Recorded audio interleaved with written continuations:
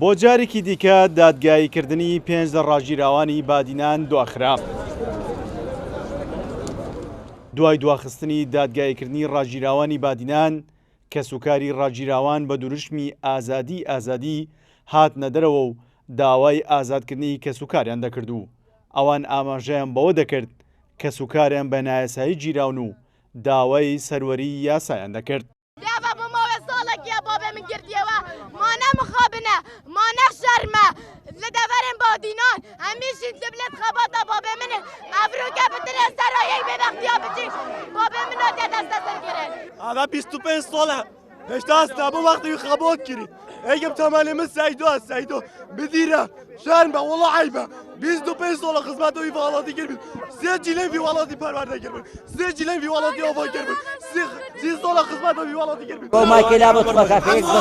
ئەندامێکی پەرلەمانی کوردستان کە وەکو چاودێر بەشداری دانیشتنی دادگاییکردنەکەی کردبوو ڕایگەیاند دواخستنی دادگاییکردنی ڕاگیراوانی بادینان تەنها بۆ تێکشکاندنی لایەنی دەرونی و معنەوی کە سوکاری ڕاگیراوان و خودی ڕاگیراوان خۆیانە.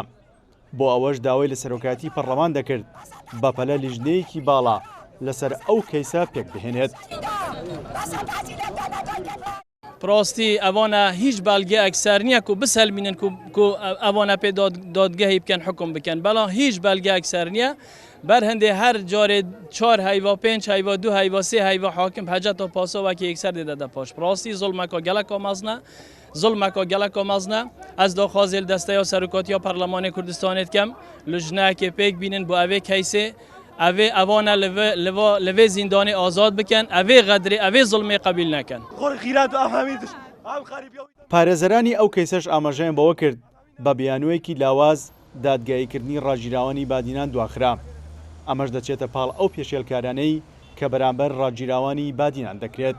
ئەو جەسەیە بەڕێز ئەندامی داواکارگشتی داوای وزونیکردن دەکات باشە من سەری بێت وزونیکردن ناو هۆڵی دادگا ناکرێت تو پەراوێکی کۆپیکراوی ئەو دۆسیێت لایە لە ماڵەوە تایم وزبینی بکەیت یعنی لەو فترە زەمانیە وزبینیکردن ئەگە تو وزبینی دەکەی هەر ئەم شەو تا 2 سەعات دابنیش تا وزبینەکە تەواو دەکردەوە بڕ داهات دادگاییکردنێکی لای دەبووە و چارەنووسی ئەو جیراوانێک لای دەکراوە یعنی بەڕاستی ئەوەندە ماماتەڵەکردنا بەڕاستی ینی جێگای داخە. دادگاییکردنی ڕاگیراوانی بادینان بۆ سەرەتای مانگی تیشتنی یەکەمی ئەم ساڵ دواخرا. ڕاگیراوانی بادینان کە ژمارەیان 76 کەسە نزیکەی ساڵێک بەسەر دەستگیرکردنیان تێپەڕ دەبێت و تا ئێستا تەنها 5 کەسیان دادگایی کراون و بۆ ماوەی 6 ساڵ زیندانیکردن حکم دراون. سیرۆ حوسێن، کورسات نیوز، هەولێر.